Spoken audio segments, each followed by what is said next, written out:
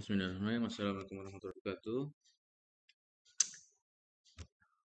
Baiklah, pada selamat malam kawan-kawan semua. Semoga kita dalam keadaan sehat dan tetap semangat karena mungkin minggu ini atau minggu depan TWP kita sudah cair, insya Allah ya. Baiklah, pada kesempatan ini saya akan coba berbagi sharing ya terkait menyusun anggaran kas gaji karena beberapa kejadian di beberapa OPD pada pembuatan gaji Maret anggaran kasnya untuk triwulan 1 kurang.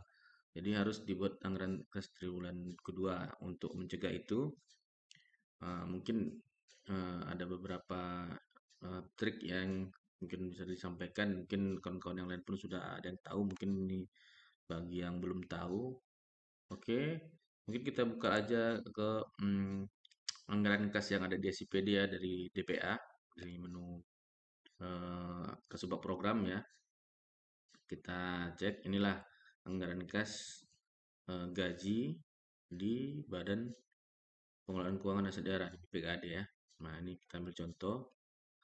Eh, kita buat bagi 14, terus di bulan April dan Juni karena ada untuk gaji 13 19 kita kali 2. Itu yang kita laksanakan selama ini. Oke. Bagi eh, trik yang akan saya sampaikan ini mungkin begini ya. Kita hitung dulu anggaran gaji apakah cukup nggak sampai Desember. Caranya kita ambil datanya di DPA, bisa di DPA untuk anggarannya. Terus realisasinya bisa bisa kita lihat di eh, SPM gaji atau di amprah gaji yang dari si Bambang. Nah, bisa mungkin kita lihat Januari kita buat, kita input Februari, Maret, coba kita rata-ratakan. Dapatlah rata-ratanya 149. Nah, rata-rata ini kita kali 14. Kali 14, maka hasilnya 2.098. Dan data ini, data yang ini prediksi kebutuhan dikurang dengan anggaran murni, anggaran yang ada dikurang prediksinya, maka sisanya 780 juta, artinya masih positif, tidak ada yang merah.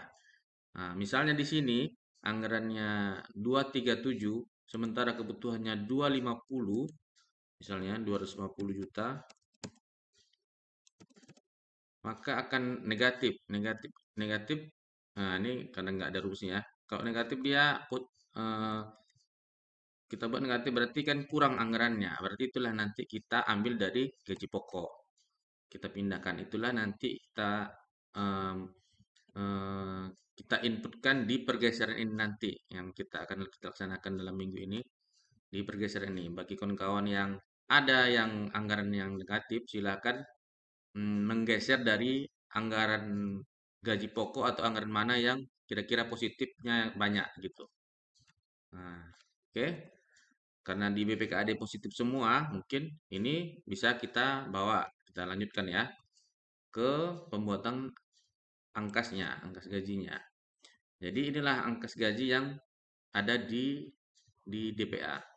Angkas gaji yang ada di DPA. Ini kita salin lagi. Kita salin lagi. Ini triwulan 1, triwulan 2, triwulan 3, triwulan 4. Oke.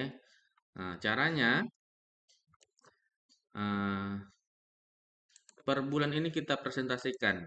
Caranya klik aja ya. Nah, Januari dibagi anggaran gaji. Nah, anggaran gajinya dikunci ya. Dikali 100%. Dikali 100% dapatnya 7,14%. Nah, saya ulang lagi ya. Anggaran kas di Januari dibagi dengan anggaran gaji setahun, anggaran gaji pokok dikali 100%. Nah, jadi untuk memudahkannya sel yang B-nya ini dikunci. Jadi tinggal trep. Salah ya. Jadi tinggal di copy ya. Oh, eh sorry, saya ralat ya. Nah, ya mungkin mungkin eh kita ambil dari gaji pokok aja ya, ambil dari gaji pokok.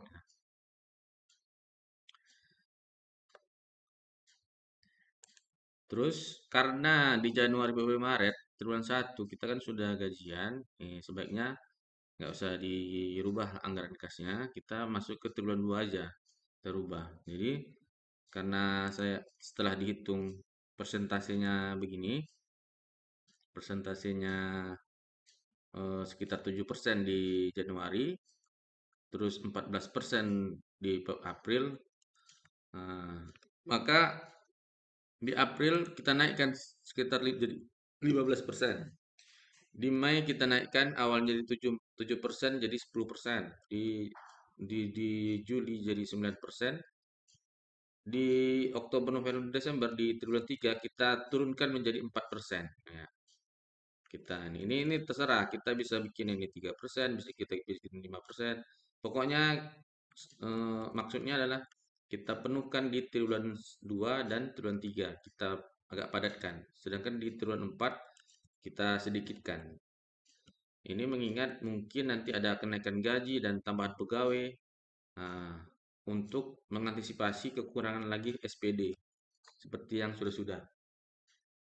Jadi caranya setelah dapat ini triwulan satu nggak kita otak-atik ya.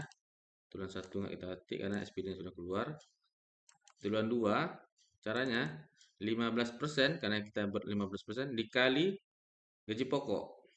Gaji pokok PNS hmm, di kita kunci bagian F-nya yang 5%-nya kita enter. Nah, terus tinggal di search dapatlah untuk bulan April. Nah, artinya ada kenaikan dari awalnya 411 jadi 431. Nah, terus begitu juga dengan di bulan Mei, kita anggap 10%, kita naikkan 3%. Caranya 10% ini gaji pokok dikali 10%. Nah, dengan eh, persentasenya di kolom G ini kita kunci. Kita sama terus kita search. Begitulah selanjutnya sampai dapat. Akhirnya kita untuk kontrolnya ini angka ini kita copy dari ini kita copy ke sini untuk sebagai kontrol.